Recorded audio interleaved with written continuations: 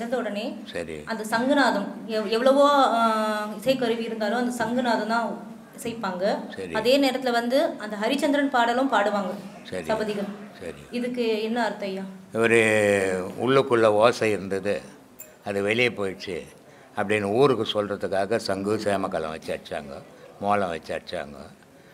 சுடுகாட்டுக்கு போனால் அங்கே போனால் கூட துட்டு குத்துட்டு தான் உள்ளே போகணும், மரணத்தில் கூட கூலி கொடுக்கணும் அப்படின்றதுக்காக ஹரிச்சந்திரன் கோயிலை வச்சு அங்கே அந்த கட்டணம் வச்சுட்டு உள்ளே போகணும். ஹரிச்சந்திரன் பொண்டாட்டிக்கே ஹரிச்சந்திரன் கேட்குறான், புள்ள செத்து போய்க்குது, புள்ளன்னு தெரியாது, பொண்டாட்டின்னு தெரியாது, பொண்டாட்டிக்கிட்ட கூலி கேட்குறான். ஏன்னா ஊரா மூட்டை இடத்துல போய் சும்மா பொறிக்கக்கூடாது, அதனால் செத்தா கூட காசு கொடுக்கணுன்றதுக்காக தான் சொன்னோம், செத்தும் கொடுத்தோம், சீத காசு இன்னும். அதனால் அந்த ஹரிச்சந்திரன் கோயிலில் இருந்தால் கட்டணம் வச்சா தான் உள்ளே விடுவோம், உன்னை இல்லைன்னா வீட்டுக்கு எடுத்துன்னு போயிட்டு நின்றுவோம். அதனால் வச்சுக்கிதுமா. சொல்லுமா. குருவருள் சரி, அதுக்கு வித்தியாசம் என்னங்க? நான் நீ நல்லா இருக்கணும்னு நான் பிரார்த்தனை பண்ணேன்னா அது குருவருள். படைச்சவன் நான் நீ நல்லா இருக்கணும்னு சொல்கிறது திருவருள், கடவுளுடைய அருள். அப்புறம் குரு கூட எவ்வளோ நாளைக்கு பயணிக்கணுங்களா? ஏமா ஒரு குரு கூட நாம் எவ்வளோ நாளுக்கு பயணிக்கணும்? ஒரு குரு இருக்காருங்க இல்லைங்களா, அவர் கூட எவ்வளோ நாளைக்கு பயணிக்கணும்? குரு கூட கடைசி வரைக்கும் பயணம் பண்ண முடியாது, கற்றுக்கிற வரைக்கும் கரெக்டாக பயணம் பண்ணணும். நான் கற்றுக்கிறதுக்கே கரெக்டாக பயணம் பண்ணுறதில்ல, ஒரு மாதம் வந்து 6 மாதம் வர மாட்டுறாங்கல்ல. அதனால் குரு வார்த்தையே கரெக்டாக கேட்டு அதுபடி நடந்தாவே குரு கூட பயணம் பண்ணுற மாதிரி தான். குரு கூடனா குரு கூட உறவாடிக்கினே ஒன்றா போய் ஒன்றா வர்றதில்லை. குரு சொன்ன வார்த்தையிலேருந்து நழுவாமல் இருந்தால் அதுவே குரு கூட உறவாடுறது தான். அந்த வார்த்தையிலேருந்து நவரக்கூடாது. குரு நமக்கு இதை சொல்லி கொடுத்துக்கிறாரு, நம்மளை இப்படி வாழ சொல்லிக்கிறாரு, அப்படி வாழணும், அதான் வாழ்க்கை அப்படின்னு வாழ்ந்தால் அதுவே குரு கூட உறவாடுற மாதிரி. எத்தனை நாள் இருப்பார் குருவை? உனக்கு இப்போ 18 வயசு, எனக்கு 75 வயசு. இன்னும் ஒரு மாதமோ ஒரு வாரமோ இல்லை ஒரு வருஷமோ இல்லை 3 வருஷமோ தெரியாது. அப்போ நான் போயிட்டேன்னா என் கூட எப்படி என் கூட வருவியா? இல்லை வரதான் முடியுமா? அப்புறம் உங்கள் வீட்டுக்கார கத்தி எடுத்துன்னு வந்து இன்னும் செத்து போன பொண்ணத்தை கூட வெட்டிட்டு போயிடுது என்ன? அதனால் குரு வார்த்தை கடைசி வரைக்கும் கடைபிடிச்சா அதுவே குரு கூட பயணம் பண்ணுற மாதிரி. சொல்லு. குரு கிட்ட நம்ம என்ன வேண்டணும்? அடக்கமாக நடந்துக்கணும், பக்தியோடு இருக்கணும், அதுதான் ரொம்ப முக்கியம். குரு பக்தி இல்லாத மனசில் ஞானம் பிறக்காது. யார் அதனால தான் சொன்னாடே கடவுள் எல்லாம் அப்புறம்டா, கடவுள்ன்ற வேஷம் தாண்டா குரு போட்டுன்னு வந்துக்கிறான், குரு தாண்டா கடவுள்னா திருமூலை. அதனால் எவன் ஒருத்தன் தன்னுடைய குருவை கடவுளாக ஏற்றுக்கிறானோ அவனுக்கு ஒரு நாள் விடிவு கிடைக்கும். அட அந்த ஆளுக்கு வேலை இல்லையா, அந்த ஆளு எது என்னவன்னு சொல்லிட்டுப்பா போனோம் வந்தோம் பார்த்தோம் போயா அப்படின்ட்டு போகிறவனுக்கு வந்து வராது. அதனால தான் சொன்னான் குரு பக்தி அவசியம். அதே நேரத்தில் குருவும் அந்த பக்தி வரா மாதிரி அந்த சீடனை உருவாக்கணும். அது 2 பேருக்கிட்டுமே இருக்குது.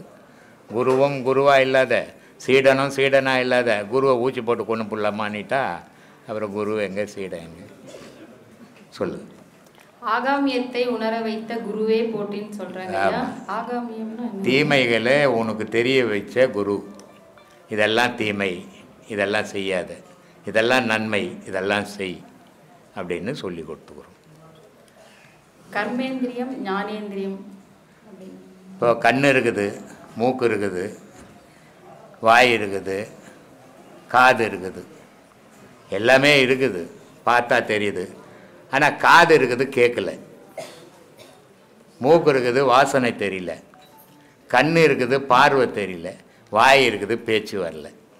அப்போ இதில் எல்லாமே இருக்குது, ஏன் இதெல்லாம் இல்லை? கர்மேந்திரம்ன்றது அடையாள பொருள், ஞானேந்திரம்ன்றது உள்ள பொருள். நாட்டாமை படம் பார்த்தியா? பார்த்தியா? அதில் சொல்லுவான் 2 ஸ்பீக்கர் ஆகட்டும் ஒரு மைக் ஆகட்டான்ட்டு. அது மாதிரி காது இருக்கும், ஆனால் பேசுனா கேட்காது. வெளியே தெரியுது கர்மேந்திரியம், உள்ளே இருக்கிறது ஞானேந்திரியம். அதே மாதிரி கண் இருக்குது, ஆனால் பார்வை தெரியல. மேலே இருக்கிறது கர்மேந்திரியம், உள்ளே இருக்கிறது ஞானேந்திரியம். அப்போ கர்மேந்திரியம் ஞானேந்திரியம் சேர்ந்து தான் இந்த உலகமாகவும் இந்த உடலாகவும் இருக்குது. சொல்லு.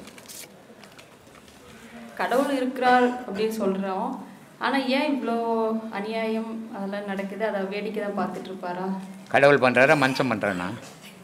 மனுஷன் தான் பண்ணுறான். அப்புறம் கடவுளுக்கு என்ன பண்ணுவார்? வேடிக்கை பார்த்துங்கிறாரு. விளையாடுறானே, நான் எவ்வளோ விளையாட ஒரு நாளைக்கு உனக்கு காவு போடுறேன்றாரு. எவ்வளோ அட்டுழியம் பண்ணாலும், நான் நேற்று கூட அதை பற்றி சொன்னேன். இப்போது ஒருத்தன் போகிறான், அவங்ககிட்ட இருக்கிறத பிடுங்குறான் இன்னொருத்தன். அவன் எப்படியோ கஷ்டப்பட்டு சம்பாதிச்சுன்னு போகிறான், அத்தை பிடுங்கி இவன் வாழறான். ஆனால் இவங்க விட்ட ஒரு நாள் ஒருத்தன் பிடுங்குவான். இவன் கத்தியத்தன் போய் ஒருத்தனை வெட்டுறான், அவன் குடும்பம் சாகுது, அவன் குடும்பம் கஷ்டப்படுது. சரி, வெட்டினா உன் குடும்பம் நான் ஊரில் பட்டமாக கொடுக்க போகிறாங்க, உன்னையும் பிடிச்சி ஜெயிலில் போட போகிறாங்க, உன் குடும்பம் சாக போகுது. இதை யோசிக்கிறதே இல்லை. யோசிக்காத அந்த வெறியிலையும் போதையிலையும் போய் இந்த மாதிரி தவறுகளை செய்யுது. அவனுக்கு பேசினா நான் பேசினேன், முடிஞ்சு போச்சு போடா. அவனை ஏன் அழிக்கணும்? அவன் குடும்பம் ஏன் தவிக்கணும்?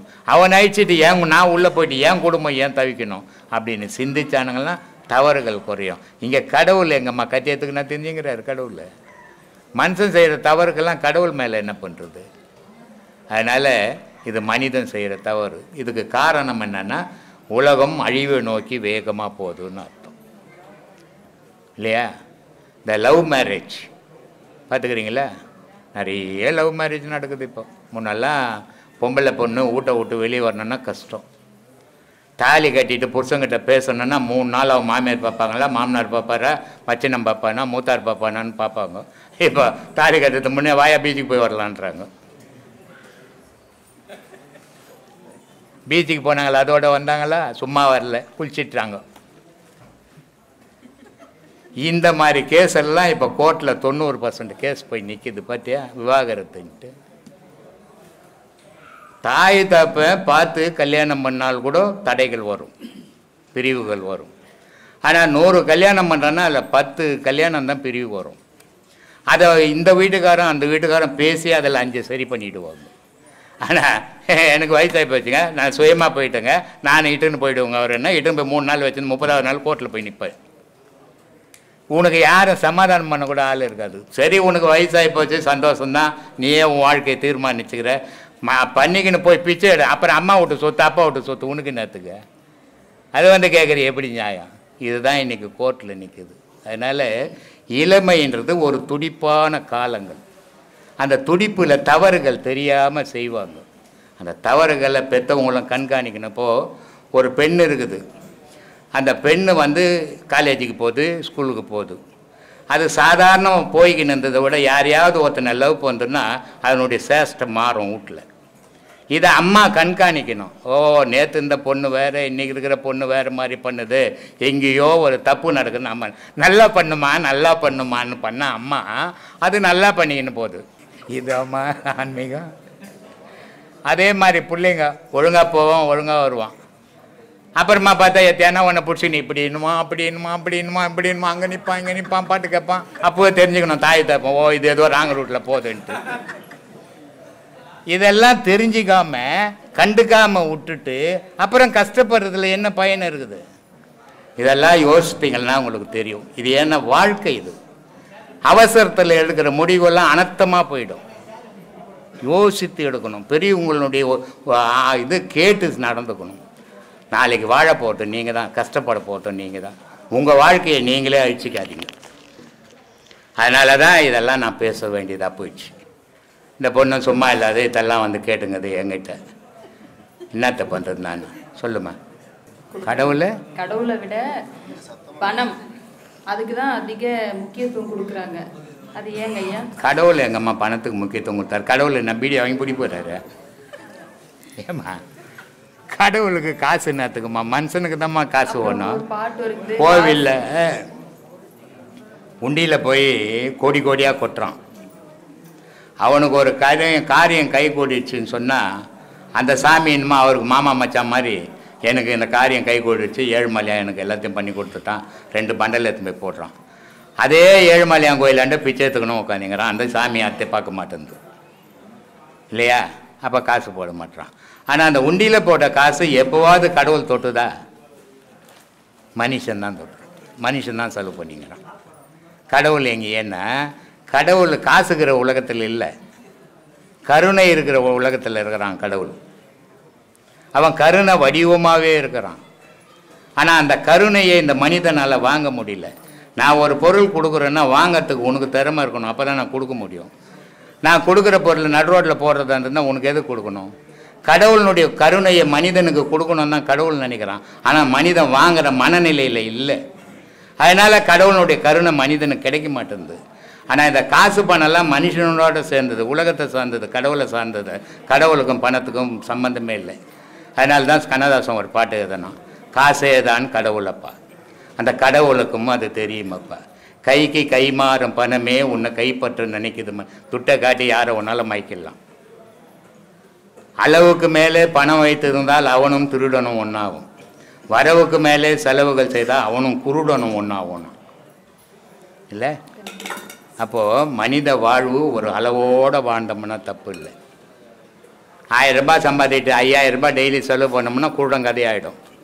அதே நேரத்தில் நான் வீட்டு உள்ள என்ன நான் சம்பாதிச்சதுங்கன்னா கோடிக்கணக்கில் சரின்னா கொள்ளைச்சின்னு போடுவான். ரெண்டும் நடக்கும். மிதமான வாழ்க்கை வாழுங்க, அது நல்லா இருக்கும். சொல்லுங்க. மனிதன் என்பவன் தெய்வமாகலாம் அப்படின்னு சொல்லியிருக்கிறீங்க. ஆமாம். எதற்காக மனிதன் தெய்வமாக வேண்டும்? இருக்கும் நிலையிலேயே அவன் இருக்க வேண்டியது என்ன? இருக்கிற நிலையில் இப்போ சொகுசாக சோறு கிடைக்குது உனக்கு, துண்ணுக்கு தூங்கி நிற்கிற, சோறில் அதை எத்தனை பேர் இருக்கிறான்? அவன் தூங்குவானா? தூக்கம் வருமா? வருமானம் வருமா? உனக்கு ஒரு 5 லட்ச ரூபா பென்ஷன் வந்து வாங்கி வச்சுன்னு சொகுசாகிற காரில் சுற்றிக்கின்னு அவன் நடக்கிறது கூட செருப்பு இல்லை சுற்றிங்கிறான். அவன் என்ன பண்ணுவான் சொல்லு? எல்லாருடைய நிலையும் ஒரு நிலை இல்லை. எல்லா பணக்காரனுக்கும் ஒரே மாதிரி மனம் இல்லை, எல்லா ஏழைக்கும் ஒரே மாதிரி மனம் இல்லை இல்லையா? ஞானம்ன்றது ஏழைகள் ஈஸியாக போகலாம், பணக்காரன் போவானா? அவனுக்கு தான் எல்லாம் இருக்குது, எல்லாம் சாப்பிடுவான். ஆனால் பணக்காரன் ஞானத்துக்குள்ளே போகிறான் பாரு, அதுதான் அற்புதம். அதனால்தான் நான் எல்லா மகானை விட பட்டினத்தார ரொம்ப வழிபடுறேன், ரொம்ப வணங்குறது. ஏன்னா எல்லாமே இருந்து எல்லாத்தையும் தூக்கி போட்டுட்டு கோமனை கட்டின வெளியே வரலாம். அது மாதிரி மனம் ஒரு இடத்துல ஸ்டக் ஆகும். நான் சொல்லுவேன் அடிக்கடி, இந்த ஆன்மீகத்தில் நிலைச்சு நிற்கிறேன்னா அவனுக்கு என்ன வேணும்? ஒரு மன விருத்தி வேணும். ஒரு தகப்பா இருக்கிறான், 2 பிள்ளைங்க இருக்குது. பிள்ளைங்க தகப்பன் பேச்ச கேட்டுக்குன்னு நல்லபடியாக இருந்தால் தகப்பனுக்கு விருத்தி இல்லை. பிள்ளைங்க 2 பேரும் சேர்ந்து வச்சா என்ன பண்ணுவேன்? என்ன பண்ணுவேன்? சொகுசா இருப்பியா? இங்கே இவனுக்கிட்ட வாழத்தை விட சாவத்து மேல், இவனுக்கிட்ட வாழத்தை விட காட்டுக்கு போகிறது மேல். அப்போ எதை தேடுற நீ? ஆண்டவனை தேடுற. எப்போ தேடுற? உனக்கு எப்பெல்லாம் இன்னல் வருதோ அப்பெல்லாம் தேடுற. அப்போ வாழ்க்கையில் ஏதாவது ஒன்றுல நீ அடிபடணும், ஏதாவது ஒன்றுல விருத்தி வரணும், உலகத்தை ஏதாவது ஒன்றுல நீ வெறுக்கிற நிலை வரணும். அப்போதான் தெய்வத்துக்கிட்ட போவ. ஞானின்னுட்டு பேசுறதால எல்லாரும் ஞானி ஆகிட முடியாது. அது ரொம்ப சிரமமான பயணம். அது அந்த சிரமமான பயணத்தை ஏற்றுக்கக்கூடிய மனம் இருக்கணும். அவன் மட்டும்தான் போக முடியும், எல்லாராலையும் போயிட முடியாது. காரைக்கால் அம்மையார் இருந்தாங்க, ஞானி. அவை 3 அவை வந்தது, ஞானி. அவை வந்துடுச்சு, காரைக்கால் அம்மையார் எல்லாம் ஆம்பளையும் பொம்பளையும் போட்டாங்க சாமியார, போக முடியாது இல்லையா? எல்லாத்தையும் ஞானம் பண்ணா எல்லாத்தையும் உலகத்தை இழந்துக்கினே வரணும், வெறுத்துக்கினே வரணும், உன் மேலே ஆசை வந்துக்கினே இருக்கணும். நீ என்ன பண்ற? உலகத்து மேலே ஆசையை செலுத்துறதால உன்னையே உனக்கு அடையாளம் தெரியாது போயிடுற. முதல்ல உன்னை தேடு, அப்புறம் இறைவனை தேடு. சொல்லு சாமி. சரி சாமி, இப்போ ஆசைன்னு சொன்னீங்க. ஆமா, ஆசையை வெறுத்தால் தான் எதையும் ஒரு அடைய முடியும். ஆசையை வெறுத்தால் அடைய முடியும் கிடையாது. இப்போ உதாரணமாக ஒரு குழந்தை இருக்கு, ஒரு சாக்லேட்டுக்கு ஆசைப்படுது. அது சாக்லேட் வாங்கி கொடுத்தா அது இன்பமா இருக்கு. ஒரு பையனுக்கு ஒரு சைக்கிள் மேல ஆசைப்படுறான், சைக்கிள் வாங்கி கொடுத்தா நான் கடவுளை அடைய வேண்டும் என்பதே ஒரு ஆசை தானே? ஆமா, அதுவும் ஒரு ஆசை தான். என்ன சொல்றாங்க? அருமையின் அருமையின் ஆசை அருமை அப்படின்னு சொல்லிட்டான் சாமி. ஆசையை வெறுத்தால் தான் எதையுமே அடைய முடியும் அப்படின்னு உங்க கருத்தை பதிவு பண்ணியிருக்கிறீங்க. உதாரணமாக இப்போ ஒரு குழந்தை இருக்குது என்றால் ஒரு சின்ன சாக்லேட்டுக்கு ஆசைப்படுது. அதை நம்ம வாங்கி கொடுத்தோம்னா அந்த ஆசையை அடைஞ்சிட்டு இருந்தனா அது மகிழ்ச்சி அடையுது. ஒரு சிறுவன் இருக்கிறான், ஒரு சைக்கிள் கேட்கிறான், அவனோட ஆசை இது. ஒரு புல்ல தண்ணி அடிக்கிறது, ஒரு புல் பாட்டில் வாங்கி கொடுத்தீங்கன்னா அவன் இப்படியாக ஏதாவது ஆசைப்பட்டால், அவன் ஆசைப்படுறதெல்லாம் நீ கல்யாண பருவம் வந்துச்சுன்னா அப்பா கல்யாணம் பண்ணி வச்சாருன்னா நல்லா அப்பான்றான், கல்யாணம் பண்ண திருட்டு அப்பான்றான். அதனால மற்றவங்களுடைய ஆசையை நிறைவேற்றும் போது நீ நல்லவன் ஆவற. இந்த நல்லவனை நான் சொல்லலை, எனக்கும் ஆசை உண்டு, நான் ஆசை இல்லாத வாழலை. இப்போ எங்கள் பொண்ணு வயிற்றுல பேத்தி, எங்கள் பேத்திக்கு ஒரு பொண்ணு, எத்தனை ஆச்சா 4 வருஷம் வந்துச்சு. ஆனால் இப்போ 25ஆம் தேதி இங்கே பிறந்த நாள் கொண்டாடினாங்க. ஆனால் நான் இங்கே தான் உட்காந்துக்கிறேன். என்னை கூப்பிட்டாங்க, நீ தான் வந்து ஆசீர்வாதம், இந்த வேலையெல்லாம் வச்சு நீ என்கிட்ட வரக்கூடாதுன்ட்டு. ஆனால் மற்றவங்க என்ன பண்ணுவாங்க, ஊரில் யாருக்கு எனக்கு தர பொண்ணு பேத்தி இருக்குது ஆசை. ஆனால் என்னுடைய ஆசை அது இல்லை. ஆசை இருக்குது எனக்கு, இந்த பொண்டாட்டி மேலே ஆசை, புள்ள மேலே ஆசை, பேர மேலே ஆசை, பேத்தி மேலே ஆசை இல்லை. எனக்கு இருக்கிற ஆசை ஆண்டவன் மேலே ஆசை இருக்கணும். நான் ஏற்கனவே சொல்லிக்கிறேன், கௌதம் புத்தர் சொல்றாரு, ஆசையை அறவே ஒழித்து விடு, ஆசையே துன்பத்துக்கு காரணம். நான் அதுல இருந்து கொஞ்சம் மாறுபட்டவன். ஆசையை அறவே ஒழிச்சது ஒன்னே ஒன்று போனதான். பொணத்தை தவிர எறும்பு கூட ஆசைக்குது, இறை தேடுது. காவாயில் இருக்கிற கொசு கூட பசி எடுத்துக்குதுன்னா உன்னை வந்து கட்சி ரத்தத்தை குடிச்சிட்டு போகுது. ஆசை இல்லாத உயிர் இல்லை, உயிர் தான் ஆசை, ஆசை தான் உயிர். அப்போ ஆசை இருக்குது. அந்த ஆசை எப்படிப்பட்ட ஆசைன்றதான் பிரச்சனை. அவர் தண்ணி கேட்டாருங்க வாங்கி கொடுத்துங்க, அவர் சைக்கிள் கேட்டாருங்க வாங்கி கொடுத்துங்க, அவர் சாக்லேட் கேட்டாருங்க கேட்டா அது அஞ்ஞானியினுடைய வேலை. ஏன்னா வீட்டில் இருக்கிறவங்களுக்கு வாங்கி கொடுக்கணும். மெஞ்ஞானியினுடைய வேலை அவன் எது கேட்கறான் அவன் கண்டுக்கவே கூட. கடவுள் என்ன கேட்கறான்னு பார்த்துக்கணும், அவன் தான் மெஞ்ஞானி. இதைதான் திருமூலர் ரொம்ப அழகா சொன்னார். அருமீன் அருமீன் ஆசை அருமீன். உனக்கு இந்த உலகத்தில் இருக்கிற ஆசையெல்லாம் அறுத்துடுப்பா இல்லையா. ஈசனுடன் இருப்பினும் ஆசை அருமீன். அடடே இங்க மட்டும் அர்த்தா போதாதுப்பா, கடவுள் கொடுக்கும்போது கூட ஆசை அறுத்துடு. ஆனால் ஆசை இல்லாதவனை பற்றிக்கோணும். ஆசை இல்லாதவன ஆசை இல்லாத புடிச்சுக்கிடாணும். அருமேன் அருமேன் ஆசை அருமேன் ஈசனுடன் இருப்பினும் ஆசை அருமேன். ஆசை படப்பட ஆய்ந்து வரும் துன்பங்கள் ஆசை விட விட ஆனந்தமாமேனம். அப்போ மனிதனுடைய ஆசை எங்க இருக்கணும் அப்படின்னா, அஞ்ஞானியுடைய ஆசை அவன் குடும்பத்து மேல இருக்கணும், தப்பு இல்லை. மெஞ்ஞானியினுடைய ஆசை அவன் குடும்பத்து மேல இருக்கக்கூடாது. அதுக்கு தான் சொன்னேன் ஒரே ஒரு எக்ஸாம்பிள். நான் செய்த வேலையை இதுவரைக்கும் யாவனும் செய்ததில்லை அப்படின்னு சொன்னேன். அது சில பேர் கஷ்டமா கூட இருக்கும். ஏன் இவர் தான் செய்வாரா, வேற யாருன்னா செய்ய மாட்டேன், செய்ய முடியாது. ஏன்னா எத்தனை பெரிய பணக்காரனா இருந்தாலும் முதல்ல அவன் இருக்கிறதுக்கு ஒரு வீடு வாசல்லாம் கட்டிப்பான் இல்லை, அப்புறம் ஊர்ல வந்து கோயில் கட்டுவான், அப்புறம் ஆசிரமம் கட்டுவான். இது இயற்கையா நடக்கிற விஷயம். ஆனா நான் தங்க ஒரு தாவாரம் இல்லை, தேவாரம் ஏது கடி குதம்பா என்ன சொன்னா, தான் தங்க ஒரு தாவாரம் இல்லை, தேவாரம் ஏது கடி குதம்பா அது மாதிரி தான் தங்கத்துக்கு ஒரு தாவாரம் இல்லை சாமி. வாடகை வீட்டில் உட்காந்துக்கிறேன் பார்த்தீங்கல்ல, ஒரு வீடியோ எடுத்து போட்டு ஏசி பண்ணு வீட்டை காலி பண்ண நின்னுக்கிறாங்க. மார்ச் மாசம் காலி பண்றேன் நிற்கிறேன். ஆனா கோடி கணக்கில் கொட்டினேன் இங்க. இதை எடுத்து ஒரு கால் மேலே கட்டி வாழ முடியாது, எனக்கு முடியும். அதான் உன் ஆசை என் ஆசைக்கும் வித்தியாசம். நீ என்ன பண்ணுவேன், மேலே இன்னொரு வீடு கட்டிடலான்னு கட்டிடுவேன். நான் என்ன பண்ணுவேன், துட்டு வந்ததுன்னா இதுக்கு மேலே இன்னொரு வீடு கட்டினா வெளிநாட்டுக்காரன் தங்குவாங்களேன்னு யோசிப்பேன். ஏன்னா என்னுடைய எண்ணங்கள்லாம் பொது நோக்கம், உன்னுடைய எண்ணங்கள்லாம் சுய நோக்கம் இல்லையா. அஞ்ஞானியுடைய இயக்கம் சுய யோக்கம் இருக்கு, அது தப்புன்னு சொல்ல முடியாது. ஆனா நான் வந்து சுயத்துக்கு போயிடக்கூடாது. இப்ப நான் ஒரு வீடு கட்டினா என் பொண்டாட்டி என் புள்ள என் பேரன் பேத்தி தான் அதுல விளையாடும். ஆனா இங்க கட்டினதால எத்தனை ஆயிரம் பேர் பயன்படுறான். இதுதான் முக்கியம். வீட்டுக்குள்ள செய்யறது ஒரு விலங்கு மாதிரி, ஊருக்கு செய்யறது மனிதன் செய்யறது. அதனால்தான் நான் அடிக்கடி சொல்லுவேன், பொதுநலம் செய்யறேன்னு சொல்லிட்டு சுயநலத்துக்கு பயன்படுத்திக்காது, சுயநலம் செய்யறேன்ட்டு பொது நலத்துக்கு பயன்படும் அப்படின்னு. ஊர்ல சேர்ந்து நான் கோயில் கட்ட பாருங்க, கோயில் கட்ட பாருங்கன்னு வசூல் பண்ணி பாதி அங்க போட்டுட்டு பாதி வீட்டுக்கு எடுத்துன்னு வந்துடுறாரு. உன்னுடைய பணத்தை போட்டு நான் செய்ய பாருங்க அப்படின்னு செய்துட்டு ஊருக்கு கொடுத்துடும். இது பொது நலத்துல சுயநலம், சுயநலத்துல பொதுநலம். உனக்கு எது ஒண்ணு நீ செலக்ஷன் பண்ணி சொல்லுமா. கடவுள் வந்து மனிதர்கிட்ட எப்படிங்க ஐயா பேசுவார்? அன்பாக பேசுகிறான். ஆனால் மனுஷன் அன்பாக இல்லையே. அதை உணர முடியுது. உணர முடியும். அந்த வழியிலேயே போனீங்கன்னா இந்த ஊமைங்க இருக்கிறாங்க தெரியுமா, அவங்க படிக்கிறாங்க தெரியுமா, நீ படிப்பியாட்ட, அப்போ அவன் படிப்பான். ஏன்னா அவன் அதை பற்றி தெரிஞ்சுக்கணும், அந்த எழுத்தை அவன் தெரிஞ்சுக்கணும். கல்வெட்டுகள் இருக்குது கோவிலில், அதை நம்ம படிக்க முடியுமா? தமிழ் தான். ஆனால் கல்வெட்டு படித்தவன் படிக்கிறான். அது மாதிரி கடவுளுடைய அன்பை படித்தவனுக்கு கடவுளுடைய பேசுறது தெரியும். கடவுளை உணராத ஆசையை பேசுகிறவனுக்கு ஆசை தான் தெரியும். பிரபஞ்ச சக்தி மனுஷனுக்கு எப்போ எந்த நேரத்தில் கிடைக்குது?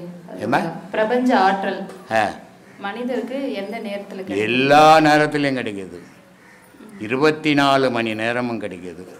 பிரபஞ்ச சக்தி மனிதனுக்கு கிடைக்கலனா ஒரு உயிரினம் கூட இங்கே உயிராக வாழாது. அப்துல் கலாம் இருந்தார்ல, அவரை வெளி மாநிலத்துக்கிட்ட போனாங்க ஒரு விசேஷத்துக்கு. ஆனால் அவர் இந்தியாவில் இங்கே தமிழ்நாட்டில் இருந்திருந்தாருன்னா இறந்துருக்க மாட்டார். அதுக்குள்ளே அப்துல் கலாம் வந்து ஒரு மகா ஞானி. அப்துல் கலாமுக்கு வந்து அவர் பேர் தான் முஸ்லீம் பேர். அவர் எங்கேயுமே முஸ்லீமுனுடைய தோற்றத்தை காட்டிக்கிறாரா, தொப்பி போட்டுக்கணும், கொஞ்சோண்டு தாடி வச்சுக்கின்னு மீசையெல்லாம் எடுத்துட்டு எங்கேயுமே இருந்திருக்க மாட்டார். சராசரி ஒரு மனிதன். ஆனால் அவர் மகா ஞானி. அவர் கல்யாணம் காட்சி கிடையாது. ஆனால் அப்படிப்பட்டவருக்கு அந்த வெளி மாநிலத்தில் இட்டுன்னு போய் ஒரு இது நடக்கும்போது மனுஷனுக்கு ஒரு என் மூச்சு நான் தான் அது. ஆனால் என்னை கண்ணாடிக்குள்ளே போட்டு ஒரு பாக்ஸ் போட்டு அடிச்சிட்டா என் மூச்சு வேலை செய்யுமா? என் மூச்சு தானே, ஏன் வேலை செய்யாது? அதனால தான் சொன்னோம், நீ அபானன், கடவுள் பிராணன்டா, உயிராக இருக்கிறான் அவன், நீ வெறும் காற்றாக இருக்கிறடான். கடவுளினுடைய காற்று மனிதனுக்கு கிடைக்கும் போது தான் இவனுக்கு ஏக்கும். நியூட்ரல் பேஸ் மாதிரி அவன் பேஸாக இருக்கிறான், நம்ம நியூட்ரலாக இருக்கிறோம். அப்போ அவனுடைய காற்று நமக்கு கிடைக்கலன்னா, அந்த பிரபஞ்சத்தினுடைய காற்று நமக்கு கிடைக்கலன்னா நம்ம எல்லா உயிரினமும் ஒரே நேரத்தில் மாண்டு போடும். அப்போ அது 24 மணி நேரம் ஏக்கத்திலே இருக்குது. அந்த ஏக்கத்திலே இருக்குது. அது இங்கே உயிரினங்கள் உற்பத்தி ஆகினுக்குது, இறந்துக்கினுக்குது, பறந்துக்கினுக்குது, தொடர்ச்சியாக நடக்குது. அதனால் பிரபஞ்சத்தினுடைய ஏக்கம் இல்லாதது. அது அப்துல் கலாமுக்கு அங்கே பிரபஞ்சத்தினுடைய ஏக்கம் அவருக்கு கிடைக்கல. அந்த காற்று கிடைக்காததால் அவருடைய சுவாசம் மட்டும் அடங்கி போச்சு. அதனால் இறப்பு ஏற்படுது. நான் சிக்கிமுக்கு போயிருந்தேன். சிக்கிமுக்கு போனப்போ கீழெல்லாம் நல்லா தான் இருந்தது. மேலே போக போக போக போக போக காற்று வரல, சுவாசமே வரல. ஆனால் நான் என்ன பண்ணியிருந்தேன், போகும்போது அமிர்தாஞ்சலம், விக்ஸு, இந்த தைலங்கள்லாம் வாங்கின்னு போயிருந்தேன். அந்த சிக்கிம் மேலே உச்சத்தில் போயிட்டு அந்த தைலத்தை கையெழுத்தை பூத்திக்கணும், கொஞ்சம் மோந்துக்கணும் கந்துக்கணும், அப்படி வந்தேன். அதை நம்ம ஏதோ இதில் இருக்கிறதால கொஞ்சம் புசுன்னு அப்படியே ஒன்று பண்ணின்னு போயிட்டோம். ஆனால் ஒன்றும் தெரியாதவங்க மாட்டிப்பாங்க.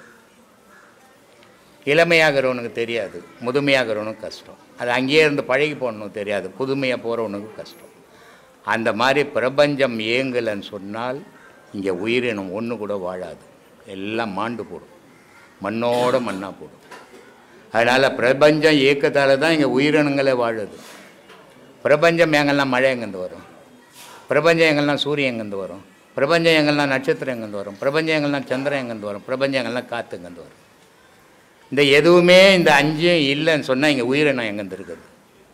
அதனால் பிரபஞ்சம் இயக்கம் எப்பவுமே நடந்துங்கிறது. ஆனால் மனிதன் அறியாத இருக்கிறாங்க. இந்த ஆன்மீக பாதைக்கு வந்தால் விரதம் அவசியமாங்க ஐயா? ஏமா விரதம்? ஒரு விரதமும் கிடையாது, பக்திக்கு தான் விரதம். ஆன்மீகத்துக்கு விரதமே கிடையாது. ஆன்மீகத்துக்கு மனசை விரதம் இருக்க வைக்கணும், பக்திக்கு வைத்த விரதமாக்கி வைக்கணும். மனசு எப்படிங்க ஐயா விரதம்? மனசு எப்படிங்க ஐயா? ஒருவே வழியோடு நிற்கணும், அதான் விரதம். பக்திக்கு ஒரே வேலை சாப்பிடணும், அதான் விரதம். பயத்திற்கும் தைரியத்திற்கும் என்னங்க இடைவெளி? பயம் வாழ வைக்கும், தைரியம் மனுஷனை மடையனாக்கும். ஆமாம்மா, இந்திரா காந்தி புள்ள சஞ்சய் காந்தின்னு தான் தெரியுமா? பார்த்துக்கிறியா, கேள்விப்பட்டுக்கிறியா? அளவு மீறிய தைரியம் அவனுக்கு. கோர்ட்லேயே ஜட்ஜி சேர் எடுத்துச்சிட்டான் மிஸ்ஸா பீரியடில். ஆனால் அந்த தைரியமாகப்பட்டது என்ன பண்ணிச்சு, ஃப்ளைட் அவனே எடுத்துன்னு போய் மேலே போய் வச்சு செத்து போயிட்டான். அதே சஞ்சய் காந்தின்னு தான், ராஜீவ் காந்தின்னு தான். அவன் பயந்து அடக்கமாக இருந்தான். அதனால் அவன் ஃப்ளைட் டிரைவராக இருந்தால் கூட அவனுக்கு விபத்து இல்லை. இவனுக்கு ஃப்ளைட் டிரைவராக இல்லாமையே விபத்து ஏற்படும். மனிதனை முந்தா நாள் கூட கேட்டாங்க, ஒரு நல்ல வேலைக்காரன் கஷ்டப்படுறான், ஒன்றும் தெரியாதவன் நல்லா வாழறானே, இது எப்படின்னு. இவன் பயத்திலே வாழணும். நமக்கு இவ்வளோ தானே தெரியும், நம்ம இதை வச்சுக்கினே வாழணும், நம்ம ஜாக்கிரதையாக இருக்கணும்னு வாழறோம். நல்ல வேலைக்காரன் என்ன பண்ணுறான், எனக்கு எல்லாம் தெரியும் அப்படின்னு அவன் ஆணவத்திலே கெட்டு போகிறான். அவனுடைய அழிவுக்கு ஆணவம் காரணமாகுது, இவனுடைய வளர்ச்சிக்கு பயம் காரணமாகுதுன்னு சொன்னேன். அதனால் மனிதன் பயந்தும் வாழவானா, ஆணவமாகவும் வாழவானா, அமைதியாக வாழ்ந்தானவன் அவன் வாழ்க்கை நல்லாயிருக்கும். அமைதி தான் வாழ்க்கை, ஆனந்தம் அதில் தான் கிடைக்கும். ஆணவத்துலேயோ பயத்துலேயோ ஆனந்தம் கிடைக்காது. அதனால் அமைதியாக வாழ கற்றுக்கணும். இந்த தியானம், இந்த ஆன்மீக பாதைக்கு வந்தால் இந்த பொறுமை, அமைதி அதெல்லாம் இருக்குங்க ஐயா. ஆனால் உலக வாழ்க்கைக்கு ஈடுபடும் போது அது இருக்க மாட்டேங்குது ஐயா. ஏன் உலக வாழ்க்கைக்கு? நீ உலக வாழ்க்கையை முன்ன மாதிரியே எடுத்துக்கும் போது அப்படி ஆயிடுவேன். இல்லை இப்போ நான் போகிற பாதை வேறு அப்படின்னு போகும்போது ஒன்றும் பிரச்சனை இல்லை. இப்போ ஒரு போலீஸ்கார் இருக்கிறாரு, மூட்டுக்கார சொல்கிறேன்னு நினச்சிக்க போகிறேன். அவர் போகிற வர சைக்கிள் பைக்கெல்லாம் மடக்கி துட்டு வாங்கி போட்டுக்கிறாரு பாக்கெட்டில். சாயந்தரம் வீட்டுக்கு எல்லாரையும் ரோடெல்லாம் மிரட்டி வாங்கி போட்டுக்கினாரு. இங்கே வந்தோடனே பொண்டாட்டி கொம்பு வச்சு நிற்கிறான், எப்போ வருவான் போலீஸ்காரன்ட்டு. இங்கே கொம்பை தாட்டினோடனே பாக்கெட்டில் இருக்கிறதெல்லாம் கொட்டுறாருங்க, எண்ணி எடுத்து வீட்டில் வச்சுக்கிறாங்க. அதே நேரத்தில் இது சராசரி ஆளுக்கிட்ட நடக்கிற விஷயம். ஒரு ஆன்மீகத்துக்குள்ளே வந்த உடனே அவனுக்கு மனநிலை என்ன மாறுது, அவன் ஒரு பாவம், அவங்க கையில் இருக்குமோ இருக்காதோ, நமக்கு எதுக்கு அவன் காசு அப்படின்ற மனநிலை மாறுது இல்லை. அப்போ ஆன்மீகத்தில் இருக்கும்போது அவனுடைய நிலை மாறுது, ஆன்மீகத்தில் இல்லாத போது அவனுடைய மொட்டை குணத்தை மற்றவங்ககிட்ட காட்டுது. ஆனால் எவ்வளோ மொட்டை குணத்தை வெளியெல்லாம் காட்டினா கூட இங்கே வந்த உடனே அங்கே ஜியோ தான்.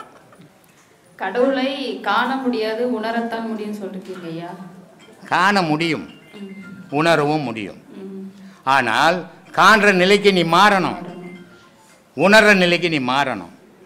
அப்போ தான் ரெண்டுமே முடியும். புத்தகங்களை படிக்கிறதால கடவுளை எந்த புத்தகத்துலேயும் கிடையாது, எந்த வேத நூல்லையும் கடவுள் கிடையாது. உலகத்தில் இருக்கிற அத்தனை வேத நூல்லையும் கடவுள் கிடையாது. கடவுளை பற்றி தெரிஞ்சுக்கிறதுக்கு எழுதி வச்சுக்குது. ஆனால் கடவுள் உனக்குள்ள இருக்கிறாரு.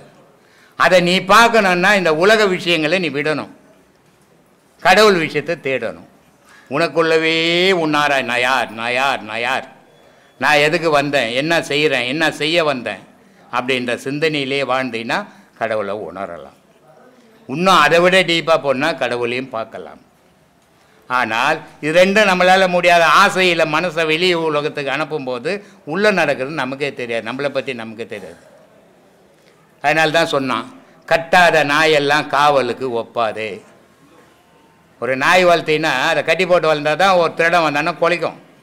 நீ அவுத்து விட்டு தெருவா போய் துண்டுவா, நான் சோறு போட மாட்டேன், வானா படுக்க மாட்டேங்க போட்டுக்கொண்டீங்கன்னா அது திருடம் திருடி போனான்னு கடை. அதனால சொன்னோம், கட்டாத நாயெல்லாம் காவலுக்கு ஒப்பாது, அங்காடி நாய் போல அலையாதேன்னா. ஊரில் என்ன கிடைக்கும், இது கிடைக்குமா அது கிடைக்குமா, இதை வாங்கலாமா அதை வாங்கலாமா, நான் அங்காடி நாய் மாதிரி அலைஞ்சின்னா ஆண்டவனை உணரவும் முடியாது, ஆண்டவனை பார்க்கவும் முடியாதுமா. ஆத்மாவணங்க சாமி. சொல்லு சாமி. கொல்லான் உலை போல கொதிக்குதடி என் வயிறு, நில் என்று சொன்னால் நிலைநிறுத்துவதில்லை, நில் என்று சொன்னால் நிலைநிறுத்து அப்படின்னு சொல்கிறார் அழுகணித்து. அடுத்தது வாழைப்பழம் தின்றால் வாய் நோவு என்று சொல்லி தாழைப்பழம் சாப்பிட்டு சாவனுக்கு வந்ததடி என்றார். அடுத்தது காட்டானை மேலேறி கடைத்தெறிய போகையிலே நாட்டார் நம்ம பார்த்து நகவெறிப்பதுண்டோ அப்படின்னு நிறைய விஷயம் சொல்கிறாரு. அது ஞாபகம் வரும்போது சொல்கிறேன். சரி, நீ என்னக்காக வந்த சாமி, அதை கேள்வி சாமி. அதனுடைய விளக்கம் எனக்கு தெரியும். அவர் சொல்லிட்டு போயிட்டார். அவர் எதுக்கு விளக்கம்? இதுக்கு ஒன்றுங்களா, இந்த பாடல்கள்லாம் விளக்கம். பாடல் காலையிலேருந்து அதான் சாமி சொல்லுங்கிறேன். காலையில் கொல்லன் உலை போல கொதிக்குதடி என் வயிறு, நில்லென்று சொல்லி நிலைநிறுத்த கூடுதில்லை. காலிலேருந்து அதான் நெருப்பை வச்சாச்சு, ஊதுங்க ஊதுங்க ஊதுங்கன்னு காலிலேருந்து சொல்லியிருக்கிறேன். அந்த கொல்லன் உலை போல கொதிக்குதடினா இந்த மூச்சின்ற அந்த துருத்தியானது சதா ஊதிக்கினே இருக்கணும். ஊதிக்கினே இருந்தால் உள்ளே இருக்கிற நெருப்பு நம்மக்கிட்ட இருக்கிற அந்த களை எல்லாத்தையும் எரித்து ஒன்றும் இல்லாமல் செய்யும். அப்படி ஊத முடிஞ்சு அந்த நெருப்பை நமக்குள்ளவே தக்க வைக்க தெரிஞ்சால் என்னப்பா ஆகும்னா, கொல்லென்று வந்த யமன் குடியோடி போவானு. யமன் நம்ம கொல்றதுக்கு வந்தானா இவனெல்லாம் இனிமேல் கொல்லவே முடியாது. ஏன்னா செத்தவனுக்கெல்லாம் நெருப்பு வைக்கணும். இவன் சாவத்துக்கு முன்னாடி நெருப்பாக மாறிட்டான். இவனை போய் நம்ம எங்கே சாவடிக்கிறதுன்னு வந்த யமன் திரும்பி பார்க்காம ஓடுவானா. எப்பா கொல்லன் உலை போல கொதிச்சால். நமக்கு தான் சாமி மண்டெல்லாம் கட்டி கட்டி ஆயிடுச்சு சாமி. அமுங்கும் சாமி பார்க்குறேன், அமுங்க மாட்டேங்குது சாமி. உடம்பெல்லாம் கொப்பளம் வந்துச்சு சாமி. தாங்கணும். ஞானம்ன்றது தாங்கினால் மட்டும்தான் கிடைக்கும். இது சுமக்கணும். எதைப்பா சுமக்க போகிற? நந்தி சிவபெருமானை சுமக்கிற மாதிரி உன்னோட சிந்தனை சிவத்தை சுமக்கணும். அப்படி சிவத்தை சுமத்தா என்ன பாவம்? இதுவும் ஒரு நாள் நந்தியாக மாறும். நந்தனார் வாழ்க்கை வரலாறுலாம் தெரியல? தெரியும்ல சாமி? தெரியுமா? ஓரளவு தெரியும் எல்லாருக்கும். அவர் சராசரி ஒரு சாதாரண மனுஷன். அந்த இடத்துலேருந்து பெரிய ஞானிலாம் உருவாகவே முடியாது. ஆனால் அவருக்கு அந்த சின்ன வயசுலேயே அந்த ஞானம் வந்துச்சு. எப்படின்னா சிவபெருமானை பார்த்துடணும், எப்படின்னா சிவபெருமானை பார்த்துணும். எந்த சிவபெருமானை? சிதம்பரத்தில் இருக்கிற அந்த சிவபெருமானை பார்த்துனோன்னு தான் வாழ்நாளெல்லாம் வேண்டுறாரு. ஆனால் என்ன பண்ணுறது? அவர் வறுமையில் இருக்கிறாரு. அப்போ ஆண்டான் அடிமை முறை. அந்த நிலத்தை வச்சுக்கிறவன் என்ன பண்ணுறான்? உனக்கு எதுக்குடா சிவபெருமானே? எங்களை மாதிரி இருக்கிறவங்கள தான் சிவபெருமானை கும்பிடணும். உன்ன மாதிரி சாதாரண ஆள் வந்தையா, உடைச்சியா, சாப்பிட்டியா, ஒரு நாள் செத்து போயிடணும். உனக்கெல்லாம் சிவபெருமான் தேவையில்லை அப்படின்னு சொல்லி கடைசி நாள் வரைக்கும் சிவபெருமானை நீ அவனை போய் பார்க்கவே கூடாதுன்னு தடுத்து வைக்கிறாங்க. ஆனால் அதையும் மீறி அவர் சிவபெருமானை பார்க்கறதுக்கு போகிறார். இங்கே வந்த வெள்ளம் முடிஞ்சு போச்சு, அங்கே போய் போகிறாரு. சரி, ஊரில் கதெல்லாம் சமாளிச்சுட்டு அங்கே போனால் சாமிக்கு முன்னாடி அங்கே ஒன்று உக்காந்துக்குது. அதுக்கு பேர் என்னது? நந்தி. உள்ளே விட மாட்டுறாங்க. சரி, வாசலில் நின்னாவது பார்த்துருவோம் சிவபெருமானு பார்த்தா நந்தி சிவனை மறைச்சி நிற்குது. என்ன சாமி அநியாயம்! ஒரு மனுஷனுக்கு எவ்வளோ தான் கஷ்டம் வருது. அவர் என்ன அப்படி தப்பு பண்ணிட்டாரு? கடவுளை பார்க்கணுன்னு ஒரு வேட்கை. இவ்வளோ சோதனை தேவையானா வந்ததில்லை வாழ்க்கையில். ஆனால் அவர் போய் நின்ன உடனே இறைவன் சொல்கிறான், சற்றே தள்ளி இருப்பில்லா என்றார். யாரா? நந்தியம்பெருமானை கூப்பிட்டு, டே என் பக்தன் வந்திருக்கிறான், வெளியே உள்ளே வர விட மாட்டான் இந்த பாவிக்கும். அவன் பரவாயில்ல, உள்ளே வரணும் பரவாயில்ல, அவனுக்கு என் காட்சி கிடைக்கணும், நீ கொஞ்சம் தள்ளி நிலுப்பா அப்படின்னு நந்தியை தள்ளி சொல்லிட்டு காட்சியை இறைவன் கொடுக்குறான். இது எப்படி சாமி கிடைக்கும்? நான்முகன் வடிவமே ஸ்தூல பிம்பம். இந்த ஸ்தூலமான உடல் இந்த படைக்கக்கூடிய பிரம்மனோட சொரூபம். மற்ற 4 புலனும் எதுனா நந்தியோட அம்சம். அப்போ இறைவன் என்ன பண்ணுறான்?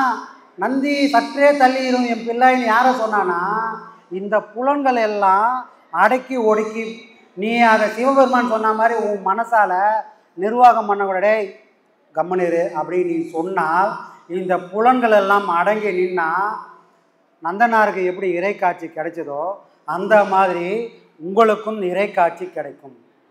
அங்கே நடந்தது ஏதோ கதை இல்லை, அங்கே ஏதோ நடந்தது புராணம் இல்லை, அங்கே நடந்தது எதுனா சாட்சா இதே விஷயங்கள் தான். அந்த நந்தின்ற ஒரு அம்சம் இந்த புலன்களோட அம்சம். சிவபெருமானே நீ கொஞ்சம் தள்ளிக்கப்பா ஏன்னா அவன் பார்க்கட்டுன்ற மாதிரி என்னோட வாழ்நாளில் என்னோட புலன்கள் மேலே நான் அதிகாரம் செலுத்தணும். டேய் கம்முனுன்னா அந்த புலன்கள் எல்லாம் அடங்கி ஒடுங்கி இருக்கணும். அடங்கி ஒடுங்கி புலன்கள் இருந்தால் உள்ளுக்குள் இருக்கிற சிவம் நம்மளோட கண்ணுக்கு வெளிப்படும். அதுதான் நந்தனாரோட வாழ்க்கை நமக்கு காட்டி கொடுக்குது. ஏதோ நந்தனார் கதை படித்தோம், ஆஹா எவ்வளோ பெரிய மகன், எவ்வளோ பெரிய ஞானி அப்படின்னு நாம் உச்சி கொட்டுறதுக்காக அவங்களாம் வாழலை. அதில் இருந்து நாம் என்ன கற்றுக்கணும்? அங்கே சூட்சமாக சில விஷயங்கள் நடக்குது, அதுவும் நம்ம வாழ்க்கையில் நடக்குமே. இதெல்லாம் யோசனை பண்ணி பார்த்தோம்னா தான் அங்கே நடந்த விஷயத்துக்கும் நம்ம வாழ்க்கையில் நடக்கிற விஷயத்துக்கும் பொருத்தி பார்க்கணும். அதை ஏதோ கதை மாதிரி கேட்டுட்டு அப்படியே போகிறதில்ல நம்ம வாழ்க்கை. அங்கே நடக்கிற விஷயந்தான் இங்கே நடக்க போகுது. அங்கே என்ன காட்சி கண்டமோ அதே காட்சி இங்கேயும் காண முடியும். நீ நந்தனார் ஆனால். நந்தனார் ஆகுமா? சொல்லு சாமி. எதுக்கு அடுப்பு மாதிரி எறினோம்னா இதெல்லாம் நடக்கணும்னா கொல்லன் உலை போல நம்ம உள்ளே கொதிக்கணும். சரி சாமி, வாழைப்பழம் தின்றால் வாயு நோக்கும் என்று சொல்லி தாழை பழம் தின்று சாவெனக்கு வந்ததடி. அது என்ன வாழைப்பழம், அது என்ன தாழைப்பழம்னா வாழைப்பழத்துக்கு ஒரு கவர்ச்சியே கிடையாது. ஆனால் அழகாக உரித்து டப்புன்னு சாப்பிட்றலாம், வாய் கூட வலிக்காது. ஆனால் தாழைப்பழம் நல்லா கலர்ஃபுல்லாக இருக்கும். ஆனால் சாப்பிட்டா போக வேண்டியதான் துபாய்க்கு. ஆனால் இந்த மனுஷ கூட்டம் வாழைப்பழம் மாதிரி இருக்கிற அந்த யோகத்தை பிடிச்சிக்கப்பா, இந்த யோகன்றது வாழைப்பழம் மாதிரி ரொம்ப ஈஸியாக இறைவனை பிடிச்சிடலாம் அப்படின்னா, ஆஹா பக்தின்ற அந்த தாழைப்பழத்தை பிடிச்சிட்டு இறைவன் அங்கே இருக்கிறான், இறைவன் இங்கே இருக்கிறான் அப்படின்னு தாழைப்பழம் எப்படி கவர்ச்சா ஒன்று இழுத்துன்னு போதோ அந்த மாதிரி பக்தின்றத ஒரு விஷயத்தை இழுத்துக்கின்னு இவன் கோயில் கோயிலாக மலை மலையாக தெரு தெருவாக சுற்றுறானே தவிர அங்கே இருப்பது சத்தியம் என்றால் எனக்குள்ள இருப்பதும் சத்தியம் என்ற அந்த உணர்வு வந்து இவங்க நின்னால் வாழைப்பழம் சாப்பிட சொன்னால் வாய் நோக்கம் சொல்ல மாட்டாங்க. இதை தான் அங்கே அவங்க சொல்கிறாங்க சாமி. அப்போ வாழைப்பழம்ன்றது யோகம். இதை பண்ணால் இறைவன் உனக்குள்ளே தோணுவான்ப்பா. தாழைப்பழம் தின்னா சாவு கண்டிப்பாக வந்துடும். ஏன்னா ஒரு நாளும் உள்ள இறைவன் வரமாட்டான். ஏன்னா நீ எப்பவுமே வெளியே வச்சே பார்த்துங்கிற. வெளியே இருக்கிற இறைவனால் உன்னை காப்பாற்ற முடியாது. உனக்குள்ள இறைவன் இருக்கிறான்ற உணர்வு வந்தால்தான் அந்த உணர்வுக்கு அவ்வளோ பெரிய வலிமை உண்டு. அதுதான் உன்னை காப்பாற்றும். புரியுதுங்களா? அடுத்தது காட்டானை மேலே இப்படியெல்லாம் ஒழுங்காக வாழ்ந்தா என்னப்பா நடக்கும்? ஊரே சிரிக்கும். ஊரே சிரிக்கும். நீ எல்லாம் வாழறது ஒரு வாழ்க்கையாடா. நம்பர் நீ கம்மிடுறேன் சாமி. நீ வாழறதெல்லாம் ஒரு வாழ்க்கையா? நம்பர் வேலைக்கு சாப்பிட்றேன், வீடு வாசல் இருக்குது, பொண்டாட்டி புள்ள இருக்குது, சொத்து சுகம் இருக்குது, எனக்கு என்ன குறை அப்படின்னு யாரை பார்த்து கேட்பாங்களாம்? யாரை பார்த்து சிரிப்பாங்களாம்? இதெல்லாம் பொய்ப்பா. இறைவன் மட்டுமே மெய்யின்றவங்கள இப்படி வாழ்ந்துனுக்கிற கூட்டம் அப்படி வாழக்கூடிய ஒரு சிலரை பார்த்து சிரிக்குமா? எது வரைக்கும் சிரிக்கும்? இப்படி வாழ்ந்த வாழ்க்கைக்கு ஒரு சாட்சியா ஒரு விஷயம், ஒரு ஞானம், ஒரு உன்னத நிலை அடையும் போது சாதாரணமாக தெரிஞ்சிருந்தவங்க அவங்க என்ன பண்ணுவாங்களாம்? பல்லக்கில் ஏறி பவனி வருவாங்களாம். அப்போ பல்லக்கில் பவனி வரும்போது என்ன பண்ணுவாங்க? இவ்வளோ நாள் எந்த கூட்டம் சிரிச்சதோ அதே கூட்டம் இப்போ என்ன பண்ணுவாங்க? கையெடுத்து கும்பிடும். கையெடுத்து கண்டிப்பாக கும்பிடும். அப்போ என்னது? காட்டானை மேலேறி கடை தெருவே போகையில் அது என்ன சாமி காட்டானா? உன் மனம்தான். உன் மனம் சொல்கிறபடி நீ போனோம்னா அது பழக்கப்பட்ட யானை. தெரு தெருவாக கடை கடையாக போய் 5க்கும் 10க்கும் பிச்சை எடுக்கும். ஆனால் காட்டு யானைன்றது யாரும் சொல்கிறதையும் கேட்காத மனம். ஆனால் அந்த மனசை நீ அடக்கி ஆண்டன்னு சொன்னால் என்னப்பா கிடைக்குன்னா, நாளைக்கு இந்த ஊரும் உலகமும் உன்னை கொண்டாடக்கூடிய தகுதியை உன் மனம் யாருக்கு அடக்கி ஆண்டுறாங்களோ அவங்களுக்கு இறைவன் கொடுப்பான். அதுதான் அங்கே காட்டுறாங்க. நாம் கூட ஐயாவை என்ன பண்ணோம்? பல்லக்கில் பவனி வந்தோம். எதுக்காக வந்தோம்? இந்த பாடலோட அந்த நம்ம செஞ்ச விஷயமே பல்லக்கில் நம்ம ஏதோ சும்மா கொண்டு போகல. சரிங்களா? அவரையும் ஒரு காலத்தில் என்ன சொல்லியிருப்பாங்க? இதே மாதிரி இந்த உலகம் எப்பவுமே சிரிக்கும். அதுக்கு அதை விட்டால் வேறு ஒன்றும் தெரியாது. நல்லது யாராவது பண்ணாங்கன்னா அவனோட புடைக்க தெரியாதவன், எப்படி வாழ தெரியாதவன். ஆனால் வட்டி கூட்டவன் அவனை மாதிரிலாம் வரவே முடியாதுப்பா. வரும் சாமி. துன்பமும் துயரமும் கடந்து வந்தால் மட்டும்தான் கிடைக்கக்கூடிய ஞானம் நம்ம கையில் தக்க வைக்க தெரியும். ஏன்னா அப்போ தான் தெரியும், இது ஏதோ விளையாட்டு புள்ளிக்கு ஏற்ற மாதிரி கிடைக்கலப்பா, என்னோடய உழைப்புக்கு கிடைச்சிது. இதை நான் சிந்தாமல் செதறாமல் எதுக்காக இறைவன் கொடுத்தானோ அந்த லட்சியத்தை வாழ்ந்து காட்டணும்னு அந்த லைனில், அந்த வழியில் இவ்வளோ துன்பத்தையும் பாடுபட்டு வந்தவங்களுக்கு தான் அதோட அக்கறை தெரியும். அதோட அக்கறை தெரிஞ்சால் நமக்கும் நாளைக்கு பல்லக்கு ஏறக்கூடிய சூழ்நிலை வரும். 2 பேரும் பல்லக்கு ஏறுவாங்க. யார் சாமி பல்லக்கு ஏறுவாங்க? ஞானத்தை அடைஞ்சால் இந்த மாதிரி ஒரு பல்லக்கு போவோம். எதுவுமே அறியல, அவங்களுக்கும் பல்லக்கு வரும். அந்த பல்லக்கு என்னது? ஊர் உள்ளே வராது, ஊர்லேருந்து ஊருக்கு வெளியே போவோம். அதுக்கு பேர் என்னதான்? காட்டு சிவிகை. அது பேர் காட்டு பல்லக்கம். எந்த காட்டுக்கு அவர் போகிறாரு? சுடுகாட்டுக்கு போகிறாரு. அதுவும் பல்லக்கு. இறைவன் யார், தான் யாருன்ற உணர்வு இல்லாமல் வாழாலெல்லாம் கழிச்சிட்டா சுடுகாட்டுக்கு போகக்கூடிய அந்த பல்லக்கு வரும். இறைவன்ற உண்மை, அந்த சத்தியம்ன்றது உண்மை. அதை என்னாலையும் அடைய முடியும்னு வாழ்நாளெல்லாம் பாடுபட்டு வாழ்ந்தால் ஊருக்குள்ளேயே சுற்றுற மாதிரி ஒரு பல்லக்கு வரும். நமக்கு எந்த பல்லக்கு சௌகரியம்? எந்த பல்லக்கு சாமி போனால்? குரு போன பல்லக்கு போன